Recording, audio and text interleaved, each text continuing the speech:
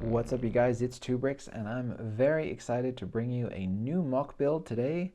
As I'm in the midst of working on several much larger scale projects, I decided to take a break and work on something a little bit smaller scale that I could bring to you guys, that I could do instructions for and do a video on, and something that I was passionate about. So that is the result of, or this is the result of that effort. This is my mock of the Jurassic Park 1992 Ford Explorer, the version that was adapted into the ride vehicle for the film. Obviously, anyone who's seen the movie recognizes this car, or this vehicle. It's extremely iconic to that film, and it's something that, despite Lego having a Jurassic Park license for a long time, they've never gotten around to giving us, for whatever reason, technical licensing details with car manufacturers and such. I'm sure that they've done everything they can on their end to work that out, because this is a exceedingly popular vehicle and lots of people would like to get their hands on it. So, but yeah, luckily, as I've said many times, it's Lego, so we can make our own and do things the way that we want to. So today I'm just going to be giving you an overview of the vehicle. Instructions for this are available, and any purchases that you guys do make helps the channel immensely, because it enables me to continue to grow and to be able to, afford new Lego bricks, which are expensive, as you guys know. So yeah, if you guys are interested in this, you can find the instructions down in the description. If not, if you're just here to check out the video, thanks for doing that. And if you want to support the channel anyhow, you can leave a like, subscribe, comment, all those good things that you guys know YouTube likes when people do. So without further ado, let's jump in and we'll take a look. All right, you guys, so in the previous segment, you could see that this was on a little bit of a turntable that I made for just showing you guys, giving you guys a little 360 there.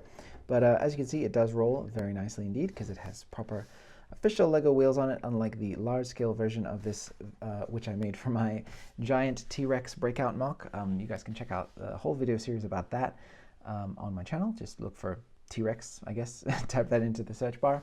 But yeah, this vehicle kind of cannibalized that one. I used a lot of the same pieces to create this. So RIP the predecessor of this, I guess. But I was a lot happier to have a minifig scale version anyway, so there you go. I think it all worked out. So I'm going to give you guys a quick look at all of the little features and call out some of the accuracy and details that I try to put in here. So there's a lot to get through, so I'll try to go quickly. Up the front here we have nice accurate light details, and as well as this really accurately shaped bull bar. In the actual movie prop, there's a camera down here which looks down at the track to make sure that the car is, on track. And then there's these two additional lights which illuminate the road as well. I have a nice accurate setup here for the lights, with the orange bleeding into the back and then wrapping around the bottom here. I think that looks really good. I tried to be as accurate as humanly possible with the proportions overall, and also the color scheme. So I have obviously the iconic, lime green and dark red and yellow color scheme in here. So tried to be really clean, and the way that I represented that is, not having anything kind of bleeding through, and I think that worked out really well. And I had to do a lot of tricky building, like for example do the wheel arches here upside down to be able to get those to fit in there and have the color scheme the way that I want it to be, with these cheese wedges in the yellow. So yeah, I'm really happy with all of that. There's a third hood mounted light right here, and then we have a representation of the large Jurassic Park logo that would be on the front of the vehicle here. Obviously, if this was a official Lego set, they could give us a nice printed sticker or something for that, or a printed piece, which would be really cool, but we don't have that luxury because this is a mock. But I'm sure that some industrious person out there can come up with some sticker designs if they really wanted to, but I prefer to try to capture things purely in Lego bricks. As you guys know, if you've been watching my channel for any length of time, I like to use prints that are widely available, or just Lego piece detail, getting the colors from the plastic. So but yeah, I think the whole overall kind of front section here, the way that this bull bar is fairly narrow in its profile, these can get really bulky really easily. Try to capture the shape as well as possible, but still keeping it relatively tight in the construction there. And I think that works out really well. This is just built in two sections, so you can swing one of those up and you can see they just meet in the middle, and you just line them up when you place them in there. So that works out well. There's a little bit of grille detail here you can see with the, again, with the yellow and the green. And then moving back, we have some nice builds for wing mirrors here, which are, again, fairly accurate looking. And then these two antennae, which I guess communicate with home base, We have a representation for the Jurassic Park logo. And again, if we had stickers down here, this would say Jurassic Park, and then there would be the small little T-Rex in here, version of the logo, kind of a smaller version of the hood-mounted one. As you can see, the color scheme continues back here pretty accurately. There are some spots where it goes from 1 wide to 2 wide studs on the color scheme. That is kind of reflective of the sort of randomized jungle pattern that is on the official thing, but a lot of that is actually for structural reasons for me. So I needed to have, for example, this L-shaped plate in here for stability and structural reasons. And when you guys build the whole thing, you'll see in the instructions why it's like that. But yeah, I think I tried to minimize the studs on the side here as much as possible. And I think that it worked out decently well. There's only a few, again, just where they're needed. So yeah, I think that looks pretty good. We have the little foot pedal here or foot rest to be able to step up and get into the vehicle. And then I have this representation here for where the window brakes would be. And I left the windows out. These are hollow here because I wanted to be able to fit figures in here, and windows get in the way of that. So you got your windshield, and you have your fully covered back area here where the figures don't sit. There's 4 seats up front here. So this worked out pretty well, I think. Up here we have a couple of additional floodlights, and obviously this bubble canopy, which is really iconic and unique to this vehicle. I don't know, somehow they managed to do a bubble canopy and have it not look cheesy, or at least in my opinion, I think it looks really cool. And that's something that I think that's what makes this such a standout vehicle, is the addition of this raised roof here, to take it from being a regular pedestrian kind of vehicle that you would see driving around in the 90s to something that is a movie prop. So I think that was a really cool decision.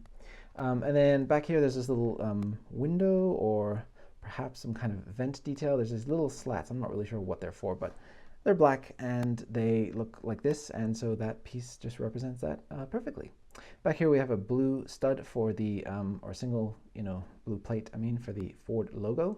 And then there's these covered lights here. The lights back here have these, they're actually supposed to be horizontal bars that cover over the lights to keep them from getting cracked and smashed. But I just have this single grill piece over the top to represent that, and I think it works pretty well. This would be where the license plate goes, and then the little tow bar down here, and really, really accurately shaped back bumper as well. I think that works really nicely. I tried to be even accurate with how the trim here is kind of raised from the body of the vehicle, and then I left a half stud offset on either side to just kind of indicate how the wheel arches are shaped, just sort of tucked into there. So I think that all worked out really, really well. And honestly, I'm super happy with the overall proportions of this thing. I think for a Lego-ification of this vehicle, I don't think I could really hope to do much better than that. So there that is. So let's tear it open, take a look at the inside. We'll put some figures in there, we'll look at some size comparisons, and then we'll wrap this sucker up. All right, so since this is a 2bricks MOC, you guys know that I like to try to make things as playable as possible. So this is a pretty rugged vehicle. You can pick it up very easily from all sides. Nothing's really going to break on you. You can pick it up from the front hood or from the back. No problems there. This is very, very sturdy. You can even pick it up from the roof, even though the roof is designed to come off. So it's actually only held on front and back by 3 studs total, and this is all nice and secure. And then you can see here, this stud and these 2 up here are what hold the whole roof section on. So that works out really, really well to be kind of removable, almost like Lego City style. And you can see here we have a plush, comfortable interior with a nice, consistent color scheme with the tan running all the way through here, and 4 seats. You can see the studs here for minifigures to sit. They have nice reclining seats. Those actually really help with posing. I'll show you that in a minute when I place all the characters in here. So up at the front here, starting with the accurate details, we have the steering wheel, which really should have a plastic see-through disc in front of it to kind of block the driver from touching the steering wheel. But if I was to put that in there, there isn't a little spot where you could put a 2x2 trans-clear disc on here, or a radar dish, but it would block the ability for a figure to sit in here. So I just chose to leave that off because it's something that I think is more important to be able to seat a figure. Then we have the interactive CD-ROM and display that shows you the park, the video kind of presentation in here as you're going through the tour. We have a nice center console through here. This detail in here with the roller skate piece, this actually represents 2 cameras, which I think is supposed to represent like a 3D view of the street as the, or the terrain as the vehicle is driving. That's actually supposed to be above the steering wheel, but there's no real spot for me to be able to put that and still have the steering wheel and still have the windshield fit in here. So I decided to just offset that a little bit, but I still wanted to include it because there's really iconic detail to the front section of this vehicle. But I think it serves its purpose really well in the middle there, so I think that's fine. And then I have a little spot here with the cup holder that in my version it's like one of those extendable cup holders, but in Jurassic Park in the movie the water cups just sit on this little kind of indented section on the dash. But I wanted to have a water cup there because the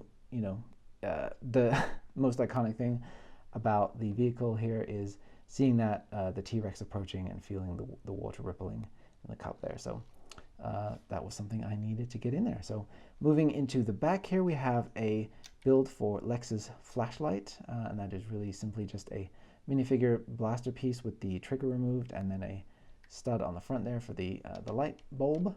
And then we have a fire extinguisher down in here. It's a little hard to remove. I'll just show you that in a second. We have a removable crate, and then in here you can see the fire extinguisher. Simple build, but effective. And down in here you can see the single stud that clutches onto that crate. And when we open up the crate, of course there are some crucial details in here as well. So what do we have? We have a nod to the night vision goggles that were worn by Tim in the movie, and they were hilariously oversized and yellow and green and brightly colored in the film, but I just have a simple goggle piece for that. And then also we have a flame and the representation for the red flare piece in here, because of course that's another super iconic thing. I keep saying the word iconic, but Jurassic Park is just filled with so much iconic imagery. I can't help it.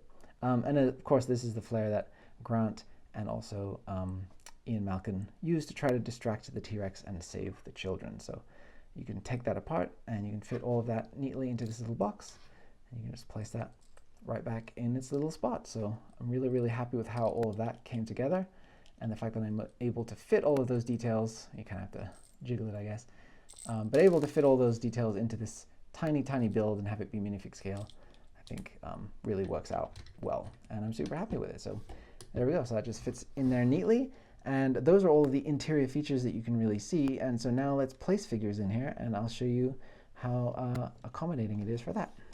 Alright guys, so I'm going to show you two quick setups here for the figures. So here is setup number one, the iconic scene, dang, there's that word again, where Grant and Dr. Ellie Sattler and Ian Malcolm are taking the tour, and they're about to encounter the sick Triceratops.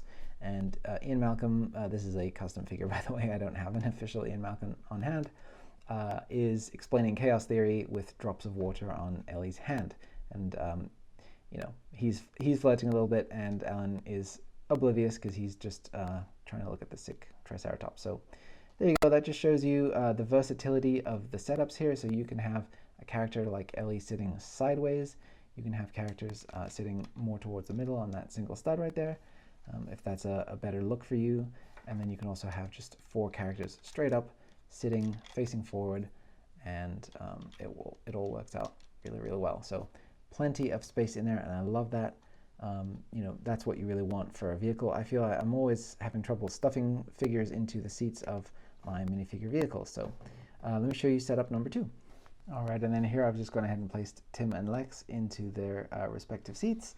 Because they have the short minifigure legs that come with them with the standard, I'm not able to sit them down, which is a pain. But you can see that when they're standing, they actually fit perfectly fine. And you can actually go ahead and place the roof of the car back on there, and that's no problem at all. And you can see there, Lex is getting ready to shine the flashlight right in the T-Rex's eye, and Tim is just inspired and in awe of everything that he's seeing, as he should be. So, and a fun little trick I found is if you want to replicate a look with the minifigures of Tim wearing the the night vision goggles, you can place this piece on him from the Lego Batman movie. The Robin goggles, I think, work really well for that. And obviously his hair is a little different color, but I think giving him that really like goggle-eyed look is really fun. But that's just something that I thought was fun. Obviously with the goggles that I included in here as a nod to that prop, they don't just fit on a minifigure's face. You need like a helmet and everything. and I didn't want to like drive up the piece count just for that. I didn't know what you guys were going to plan on doing with all that, but just so you know, that won't just fit. Oops, Tim's dead, sorry. That won't just fit on a figure's face, you know, just FYI. But there we go. All right, guys, so the last thing that remains is to do a quick dino size comparison. So as you guys know, velociraptors in the Jurassic Park line are insanely oversized to minifigures, which works out great because the Explorer is a little bit oversized as well, so kind of helps to offset that slightly. So I think that looks pretty decently good next to one another. I mean, the velociraptors are always just going to be gigantic, and that's something we have to deal with as Lego fans. But then, oops, excuse the camera shake there. And then here is the T-Rex. I'm placing this just behind the vehicle, so you can see plenty of room for the Rex to come in here and smash through the windshield. And if I place them more side by side here, so you can see they're both level with the camera, you can see just how tall the Rex is in comparison to the Explorer, and I think it works out pretty well. Again, these Lego T-Rexes are a little bit undersized, I find, so you have to kind of do some imaginative play to be able to get that to attack the vehicle and smash it over, but I think it works out pretty good. You know, everything's a little off scale-wise in Lego, but I think that it works out decently well, and the T-Rex still feels very imposing. I certainly wouldn't want this coming at me if I was driving this car, whether it's a little undersized or not. So yeah, I think that works out pretty well. So there we go. All right, guys, so there you have it. There is your 1992, but in actual reality 1994, Ford Explorer in the Jurassic Park tour vehicle livery from the iconic 1993 movie Jurassic Park.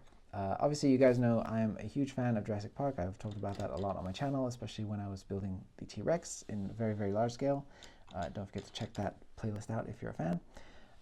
And, you know, I love to try to bring my passion for these movies, for these great sci-fi blockbusters to everything that I do. So I really appreciate you guys' feedback. I love to hear what you think. If you're a diehard Jurassic Park fan, tell me how well or badly I captured this vehicle. Are you satisfied with it? And make sure that if you guys are going to, you know, download the instructions and everything, check the parts list. I know sometimes there are some errors and things in the inventory. Just double check. A good way to do that is to pick a part that is, say you know that there's only 2 red headlight bricks in this set, and I'm telling you that there are supposed to be only 2 of those. You can check in the inventory and make sure that there are only 2 of those listed, and then you'll know that you're getting the exact right thing, because Bricklink has had some, Rebrickable has had a few issues in the past where parts lists have been duplicated or weird things have happened like that. So it's just good to check. I don't want you guys having to buy extra brick that you don't need to build this. So yeah, but that's about it for me, guys. I'm really excited to see if any of you guys do build it, what you think. The building experience is very, very dense, and it's not difficult by any means, but this is one of the most designed vehicles I've ever done. It's very, very, everything is very interesting in the way that it's all connected. So I hope you guys get a kick out of it if you're just Lego builders and enthusiasts. And that's gonna about do it for today. So I thank you guys again so much for watching. Please do the old YouTube stuff, the like, subscribe, sharing, all that good stuff. Gets the word out there and helps more people find my projects if they're interested in them. So I thank you guys again for watching. I'll see you on the next one, and bye.